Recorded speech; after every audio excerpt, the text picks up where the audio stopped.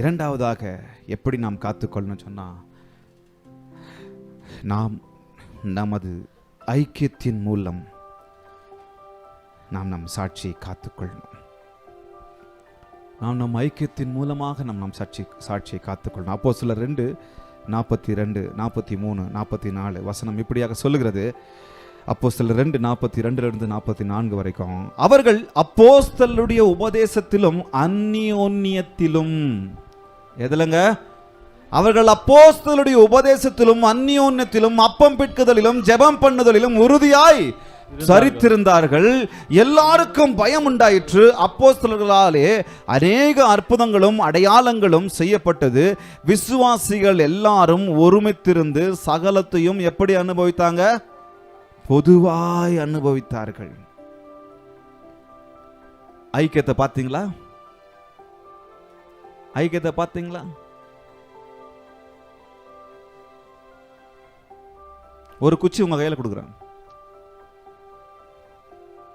ஒரு சின்ன குச்சி. அதை உடைக்க முடியுமா? உடைக்க முடியாதா உங்களால? டப்புன்னு உடைச்சிடலாம். டப்புன்னு இப்படி பண்ணா உடைஞ்சிடும். ஒரு 5, 10 அல்லது ஒரு 50 குச்சி கட்டி நான் உங்கள்கிட்ட கொடுக்குறேன். ஈஸியா உடைக்க முடியுமா? ஏன்னா ஒன்னா கட்டப்பட்டிருக்கு, ஐக்கியப்பட்டிருக்கு, ஒன்னா அப்படியே பிணைக்கப்பட்டிருக்கு. அந்த ஐக்கியம் ரொம்ப ரொம்ப ரொம்ப அவசியம், உடைக்க முடியாது. அப்ப இங்க பாருங்க, இந்த ஜனங்கள் நான் என்னை என் தேவனை ப்ரொஜெக்ட் பண்ண அழைக்கப்பட்டிருக்கிறான். சொல்லமா, made for a mission. So I should, நான் வந்து ப்ரொக்ளைம் பண்ணணும், நான் வந்து ஆண்டவரை ப்ரொஜெக்ட் பண்ணணும் அப்படின்னு சொன்னா நான் என்ன பண்ணணும்? ஐக்கியத்தை காத்து கொள்ள வேண்டும். என் ஐக்கியத்தை நான் காத்து கொள்ள வேண்டும். அப்போஸ்தலர்கள் பாருங்க எப்படி அழகா அந்த ஐக்கியத்தை காத்து கொண்டாங்க பாருங்க. நான் வசனத்தை வாசிச்சேன். முதல், அவர்கள் மத்தியில் கிசுகிசுக்களை, காசிப், கிசுகிசுக்குகளை பார்க்கிலும் ஒரு நல்ல நோக்கம் இருந்தது. என்ன நோக்கம்? அவர்கள் அப்போஸ்தலருடைய உபதேசத்தில் உறுதியாய் தரித்திருந்தார்கள். என்னங்க? காசிப்பு சொல்லமா? இன்னைக்கு நிறைய பேருடைய வீழ்ச்சிக்கு காரணம் இந்த காசிப்பு தான். ஒருத்தருடைய பலவீனங்களை பேசுறோம், டிஸ்கஸ் பண்றோம், அது வேற. ஆனா அதிலேயே நம்ம உழன்று கடந்தோம் அப்படின்னு சொன்னா அது என்ன நடக்கும்? நம்ம ஐக்கியத்தில் ஒரு பெரிய விரிசலை கொண்டு வந்துடும், ஒரு பெரிய பலவீனத்தை கொண்டு வந்துடும். நான் சொன்னல, சேர்ந்து இருக்கிறதுல இருந்து ஒரு குச்சியை உருவிட்டு கொஞ்சம் லூஸ் ஆயிடும். ஒரு பலவீனத்தை கொண்டு வந்த உடனே, ஒரு விரிசலை கொண்டு வந்த உடனே, ஒரு பிரச்சனையை கொண்டு வந்த உடனே நம்ம அதை குறித்து பேசி பேசி பேசி நம்ம என்ன பண்றோம்? நம்ம ஐக்கியத்துக்கு நாமே வேட்டு வச்சுக்கிறோம். ஒரு குடும்பத்திலையும் அப்படித்தானே? ஒரு குடும்பத்துல கணவன் மனைவிக்குள்ள ஒரு நல்ல உறவு இருக்கணும் அப்படின்னு சொன்னா ஒரு நல்ல ஐக்கியம் இருக்கணும். அப்ப அந்த ஐக்கியத்திற்குள் ஏதோ ஒரு காரியம் விரிசலை உண்டு பண்ணுன்னு சொன்னா அதை குறித்து 2 பேரும் உட்கார்ந்து பேசி சரி பண்ணிட்டு அதை விட்டு விலகிறத விட்டுட்டு அதை குறித்து வேற யாருக்கிட்டையும் பேசி, அதை குறித்து வேற எங்க நான் பேசி, ஒரு நண்பர்கள் மத்தியில் ஒரு நல்ல ஐக்கியம் வேண்டும் என்று சொன்னா அவங்க 2 பேரும் நல்ல விதமா இருக்கணும். அந்த ஐக்கியத்தை காத்துக்கொள்ளணும். காசிப்புக்கு இடம் கொடுக்க கூடாது. பக்கத்துல பார்த்து சொல்லலாமா, எதுக்குங்க காசிப்புக்கு இடம் கொடுக்க கூடாது? கிசு கிசுக்கு பேசுறதுக்கு இடம் கொடுக்க கூடாது. நான் ஆரம்பத்தில் சொன்ன மாதிரி உங்களை குறித்தும் என்னிடத்திலும் என்னை குறித்தும் உங்களிடத்திலும் நிறைய பேர் இந்த ஐக்கியத்தை கெடுக்க வந்துகிட்டே இருப்பாங்க. நான் கவனமா இருக்கணும். இவங்க கவனமா இருந்தாங்க. ஒவ்வொரு நாளும் கூடுனாங்கன்னா எவ்வளவு பெரிய விஷயம். அப்போஸ்தலருடைய உபதேசத்திலும் அந்யோன்யத்திலும் அப்பம் பிட்குதலிலும் அவங்க என்ன பண்ணாங்க? தேவாலயத்திலும் கூடினாங்க, வீடுகள் தோறும் கூடினாங்க. அப்போ அந்த ஐக்கியத்தை ஒவ்வொரு நாளும் பலப்படுத்தி கொண்டாங்க. கூடும்போது என்ன நடக்கு? ஒருத்தரை பார்க்க முடியுது. கூடும்போது என்ன நடக்கு? அந்த ஐக்கியம் இன்னும் பலப்படுது.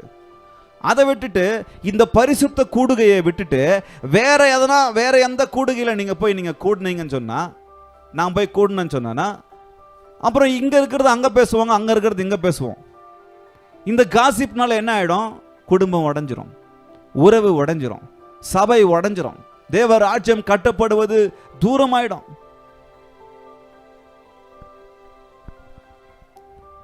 எங்க நின்று பேசுறோம் கவனிங்க. யாரு கூட நின்று பேசுறோம் கொஞ்சம் கவனிக்கணும். அவர்கள் எப்படி இருந்தாங்க? அப்போஸ்தலருடைய உபதேசத்திலும் அந்யோன்யத்திலும் சரித்திருந்தார்கள். எவ்வளவு பெரிய உறுதி பார்த்தீங்களா? So we are projecting Jesus. எப்படி? ஐக்கியத்தினால. நாம் நம் ஐக்கியத்தினால நாம் நம்மை ப்ரொஜெக்ட் பண்ணணும். அப்போ இயேசுவை என்ன பண்றாங்க? ஆண்டவர் நம்முடைய ஒற்றுமையில் நம்ம ஐக்கியத்தில் அவர் பார்க்குறாங்க. அப்படி பார்க்கும்போது என்ன நடக்குது?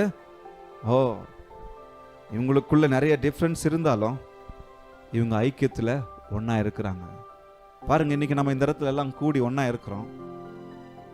நம்ம படிப்பு வேற, நம்ம வயசு வேற, நாம் வளர்ந்த பேக்ரவுண்டு வேற,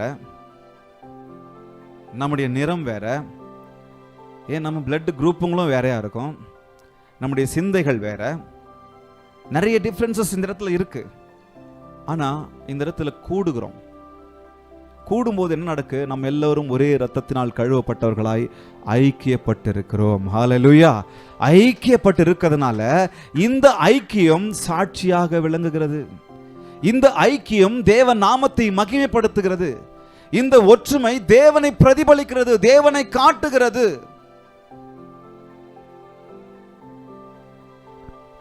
யாரோடு என்னுடைய ஐக்கியம் என்பதை நீங்களும் நானும் தெளிவா நிர்ணயித்து அந்த ஐக்கியத்தோடு நாம் இணைந்திருக்கணும். அப்படி நான் அந்த ஐக்கியத்தோடு நான் இணைந்து இருக்கல அப்படின்னு சொன்னா நான் வேற இடத்துல போயிடுவேன், நான் விலகி போயிடுவேன், என்ன தூக்கிடுவார் கடவுள். என்னையும் சேர்த்து சொல்றேன். நான் யாரோடு சரியான ஒரு ஃப்ரெண்ட்ஷிப்பை, ஒரு ஃபெலோஷிப்பை நான் வைத்துக் கொள்கிறேன் என்பது ரொம்ப அவசியம். சபைக்கு விரோதமாய் நிற்பாங்க, அவங்க கூட நான் நின்னு சொன்னா என்னுடைய ஃபெலோஷிப் சபையிலிருந்து விலக்கப்படும். இது ரொம்ப டேஞ்சரான விஷயம். அதுக்குன்னு சொல்லி அவங்களோட பேசவே கூடாது, அவங்களோட பழகவே கூடாதுன்னு இல்லை. பேசலாம், பழகலாம். ஆனா அதே சமயத்தில் நான் எப்படி இருக்கணும்? என் சபையை, என் குடும்பத்தை, உங்க குடும்பத்தை, உங்க கணவன் மனைவி என்கிற உறவை, உங்க ஃப்ரெண்ட்ஷிப்பை நானும் நீங்களும் விட்டு விடவே கூடாது. ஹல்லேலூயா! அந்த இடத்துல காசிப்புக்கு இடமே வர. டிஃபரன்சஸ் இருக்கும். சில டைம்ல பேசுவோம், ஆனாலும் என்ன இருந்தாலும் என் பாஸ்டர், என்ன இருந்தாலும் என் விசுவாசி, என்ன இருந்தாலும் என் அம்மா அப்பா, என்ன இருந்தாலும் என் ஃப்ரெண்டுடா. இப்ப கூட நான் ஃப்ரெண்ட்ஸ் ரொம்ப மதிக்கிறேன். தப்புன்னா தப்புன்னு அப்பவே சொல்லிடுவேன், யாருன்னா இருக்கட்டும். இல்ல இவங்க இந்த மாதிரி செஞ்சாங்க அப்படின்னு சொல்லி நிரூபிக்கப்படும் போது நான் ஒத்துக்குவேன். அந்த மாதிரி அவங்க செய்ய மாட்டாங்க அப்படின்னு சொல்லி எனக்கு ஒரு பெரிய கான்ஃபிடென்ட்டாக இருந்தால் யாராவது இருக்கட்டும் என் முன்னாடி வந்து நிரூபிக்க நான் அவங்களுக்காக நின்று இருக்கிறேன். அதான் நிறைய பேருக்கு தெரியாது. நான் யாருக்காக நின்னனோ அவங்களுக்கும் அது தெரியாது. நான் இங்கே இருக்கிறதுனால நான் அவங்களுக்கு சொல்கிறேன், நீங்களும் அதை செஞ்சுருப்பீங்க நான் நம்புகிறேன். என் நண்பர்களுக்காக, என் நண்பனுக்காக நான் நின்று இருக்கிறேன். அதனால் நான் அடி வாங்கியிருக்கிறேன். அடினா லிட்ரல் அடி இல்லை, என் வாழ்க்கையில் நான் அடி வாங்கியிருக்கிறேன். என் வாழ்க்கையில் சில விஷயங்களை டிராபேக் ஆயிருக்கு. ஏன்னா என் மூலியமா அந்த விஷயம் வெளியே வரக்கூடாது, என் மூலியமா இந்த பிரச்சனை பெருசாகக்கூடாது. என் நண்பனுக்காக நான் நின்று இருக்கிறேன், என் பிரதருக்காக நான் நின்று இருக்கிறேன். அதே மாதிரி எவ்வளோ பேர் நிற்பாங்க, எவ்வளோ பேர் நிற்குவோம். நான் அவன் இல்லைன்னு சொல்லி தப்பிச்சுக்கிட்டு தான் போவோம் இல்லையா? என்ன பிதற்றுக்கிறான்னு சொல்லி ஓடிட்டு தான் போவோம். எவ்வளோ அப்படிதானே பண்றோம். நாம் நம்மை காத்துக்கொள்றோம். என்னங்க அந்த நேரத்தில் நான் இல்லை அப்படின்னு சொல்லி நான் என்னை காத்துக்கொள்ள தான் விரும்புவேனே தவிர, இல்லை பரவாயில்ல சத்தியத்திற்கு நிற்கலாம், நியாயத்துக்கு நிற்கலாம்னு சொல்லி நிற்கிறது இல்லை. அவங்க என்ன பண்ணாங்கங்க? காத்து கொண்டாங்க. அவர்கள் மத்தியில் கிசுகிசுக்களை பார்க்கிறோம், ஒரு பெரிய நோக்கம் இருந்தது. அது எந்த நோக்கம்னா சத்தியத்தில் நிலை நின்றாங்க, இந்த ஐக்கியத்தில் நிலை நின்றாங்க. அதன் பிரகாரமாக ஓடினாங்க. டைம் இல்லை. அடுத்தது, அவர்கள் மத்தியில் போட்டியை பார்க்கிலும் ஒரு நல்ல வாஞ்சை இருந்தது. Purpose over power. ஒரு போட்டி இல்லை. அந்த ஐக்கியம் வந்துருச்சுன்னா அங்க போட்டி பொறாமை இருக்காது. நீங்க கவனிக்கிறீங்களா? அங்க ஐக்கியம் வந்துருச்சுன்னு சொன்னா அங்க போட்டி பொறாமை இருக்காது. ஏன்னா வளர்றது என் பிரதர், வளர்றது என் சிஸ்டர், வளர்றது என் அப்பா, வளர்றது என்னுடைய விசுவாசி, வளர்றது என்னுடைய அசிஸ்டன்ட் பாஸ்டர்ஸ், வளர்றது என்னுடைய சபை மக்கள், வளர்றது என் பையன். அப்படிதானே? போட்டி இருக்காது, பொறாமை இருக்காது. அதை விட்டுட்டு இங்க பாஸ்டர் பிள்ளைங்க தான் எங்க மேடையில் இருக்கணும், வேற யாரும் இங்க நிக்க கூடாது. சில சமயங்களில் வேற வழி இல்லை, அப்படிதான் நிக்க வைக்கிறோம், நிக்க வைக்க முடியுது. ஏன்னா அவங்க தான் எல்லா டைம்ல அவைலபிளா இருக்கிறாங்க. அதுக்குன்னு சொல்லி யாரோ ஒருத்தர் தப்பு பண்ணிட்டாங்க, யாரோ ஒருத்தர் தப்பு பண்ணிட்டாங்க, யாரோ ஒருத்தர் உண்மை இல்லாமல் போயிட்டாங்க, யாரோ ஒருத்தர் சபைக்கு விரோதமாக நின்றுட்டாங்க சொல்லி யாரையுமே இறக்காம விட்டுட்டோம்னா அப்படி கிடையாது. இந்த இடத்துல போட்டி இருக்கா. ஐக்கியத்தை காத்து கொண்டாங்க. சகலத்தையும் எப்படி அனுபவித்தாங்க? எப்படி அனுபவித்தாங்க? பொதுவாய். எப்படிங்க? பொதுவாய்.